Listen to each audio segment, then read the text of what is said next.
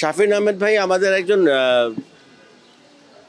Legend অবশ্যই, এবং একজন আমাদের ইন্ডাস্ট্রিতে অপূরণীয় ক্ষতি। আমাদের সেই কোভিড থেকে শুরু করে আমরা আমাদের ইন্ডাস্ট্রির অনেক লেজেন্ড মানুষকে হারিয়েছি, সেই বাচ্চু ভাই থেকে শুরু করে বিশেষ করে ব্যান্ড ইন্ডাস্ট্রিতে যারা ছিলেন তার মধ্যে শাফিন ভাই টপ অফ দ্য লাইন। আমি বলবো আমাদের মাথার ছাতা যারা ছিলেন তার মধ্যে শাফিন ভাই একজন। অনেক কিছু শিখেছি শাফিন ভাই থেকে, এবং অসম্ভব অসম্ভব একজন ভালো মানুষ ছিলেন শাফিন ভাই। যে কোনো কিছুতে ইন্সপায়ার করতেন, ভালো মন্দ কিছু হলেই ফোন করেই মন এটা তো ভালো হয়নি, এটা তো ভালো হয়েছে। এইভাবে উনি সবসময় মানে একটা গার্জেন লেভেলে ছিলেন আমাদের।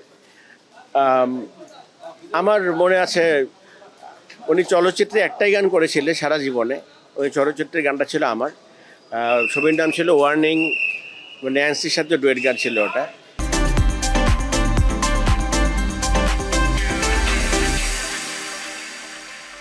ওই একটি গানই আমি শাফিন ভাইকে চলচ্চিত্রে করাতে পেরেছিলাম, এবং খুব রিকোয়েস্ট করে, এবং শাফিন ভাই খুব পছন্দও করেছিলেন।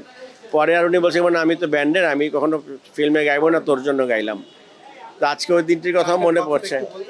গানটির কথা হলো পাগলের মতো ভালোবাসি তোমায়, লিখেছে কবির বকুল, সুর আমার, ন্যান্সির সাথে ডুয়েট গান ছিল, ছবির নাম ছিল ওয়ার্নিং।